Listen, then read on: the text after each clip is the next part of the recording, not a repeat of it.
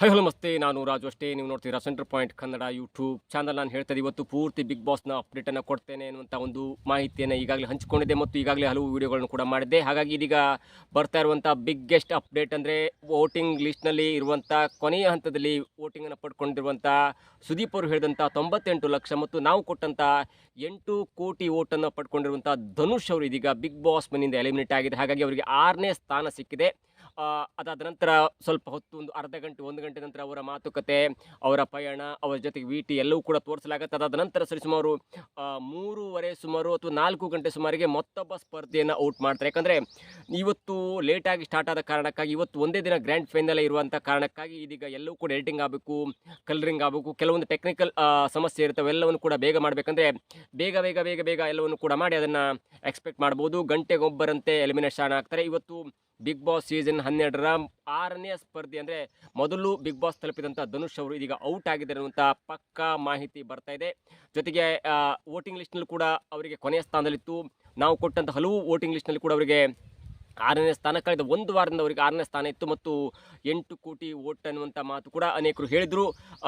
ಆ ಲೆಕ್ಕದ ಪ್ರಕಾರ ಶುಕ್ರವಾರದ ಮಧ್ಯರಾತ್ರಿ ತನಕ ಕೊನೆಯ ಅಭ್ಯರ್ಥಿಗೆ 98 ಲಕ್ಷ ಮತ ಎನ್ನುವಂಥ ಒಂದು ಮಾತನ್ನು ಕೂಡ ಹೇಳಿದರು. ಜೊತೆಗೆ 1 ಕೋಟಿ 10 ಲಕ್ಷ ಮತ ಬಂದಿದೆ ಅನ್ನುವಂಥ ಲೆಕ್ಕಾಚಾರ ಇದೀಗ ಸುದೀಪ್ ಬಿಗ್ ಬಾಸ್ ಕಡೆಯಿಂದ ಇದೀಗ ಬರ್ತಾ ಇದೆ.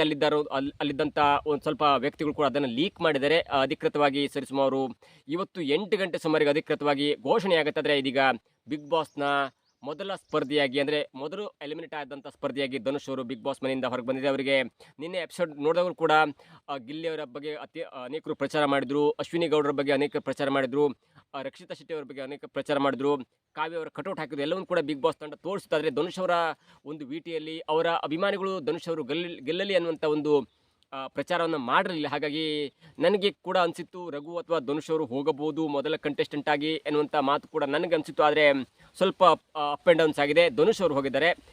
ನಾನು ಕೂಡ ಹೇಳಿದ್ದೆ ಹಳೆಯ ಎಪಿಸೋಡ್ನಲ್ಲಿ, ಧನುಷ್ ಅವರು ಗೆಲ್ಲಿಸಲಿಲ್ಲ ಅಂದರೆ ಟಾಸ್ಕ್ ಯಾಕೆ ಇಡಬೇಕು ಎನ್ನುವಂಥ ಒಂದು ಆಕ್ರೋಶ ನಾನು ಕೂಡ ಹೇಳಿದ್ದೆ. ಯಾಕಂದರೆ ನೀವು ಕೇವಲ ಮತವನ್ನೇ ಕನ್ಸಿಡರ್ ಮಾಡೋದಾದರೆ ಧನುಷ್ ಅವರಿಗೆ ಸ್ವಲ್ಪ ಸಮಾಧಾನಕರ ಬಹುಮಾನ ಕೊಟ್ಟಿಲ್ಲ, ಅಥವಾ ಸೆಕೆಂಡ್ ರನ್ನರ್ ಅಪ್ ಆಗಲಿಲ್ಲ ಎನ್ನುವುದಾದರೆ ಟಾಸ್ಕಲ್ಲೇ ಗೆದ್ದಂಥ ಕಿರ್ಚಾಡ್ದಂಥ ಪರಿಚಾಡ್ದಂಥ ಒಬ್ಬ ಸ್ವಾಭಾವಿಕ ವ್ಯಕ್ತಿತ್ವ ಹೊಂದಿರುವಂಥ ಒಬ್ಬ ವ್ಯಕ್ತಿಗೆ ನೀವು ಫೈನಲಲ್ಲಿ ಟಾಪ್ 2 ಟಾಪ್ 3ನೂ ಕೊಟ್ಟಿಲ್ಲ ಅಂದರೆ ಅದು ಯಾವ ಮಟ್ಟಿನ ಟಾಸ್ಕ್ ಅಂತ ಅರ್ಥ ಆಗಿಲ್ಲ. ಟಾಸ್ಕ್ ಯಾಕೆ ಇಡಬೇಕು ಎನ್ನುವುದು ಕೂಡ ಈಗ ಅನೇಕರು ತಮ್ಮ ಆಕ್ರೋಶವನ್ನು ವ್ಯಕ್ತಪಡಿಸುವಂಥ ಸಂದರ್ಭ ಒದಗುತ್ತೆ. ಇನ್ನು ಇಷ್ಟರ ಮಟ್ಟಿಗೆ ಹೇಳೋದಾದರೆ ಬಿಗ್ ಬಾಸ್ನಿಂದ ಒಬ್ಬ ಒಳ್ಳೆಯ ಹುಡುಗ, ಒಬ್ಬ ಸಂಪ್ರದಾಯಸ್ಥ ಹುಡುಗ, ಒಬ್ಬ ಟಾಸ್ಕ್ ಮಾಸ್ಟರ್, ಒಬ್ಬ ಹುಡುಗಿಯರ ಫೇವರಿಟ್ ಹುಡುಗ ಧನುಷ್ ಅವರು ಇದೀಗ ಬಿಗ್ ಬಾಸ್ ಮನೆಯಿಂದ ಎಲಿಮಿನೇಟ್ ಆಗಿ ಹೊರಗೆ ಬಂದಿದ್ದಾರೆ.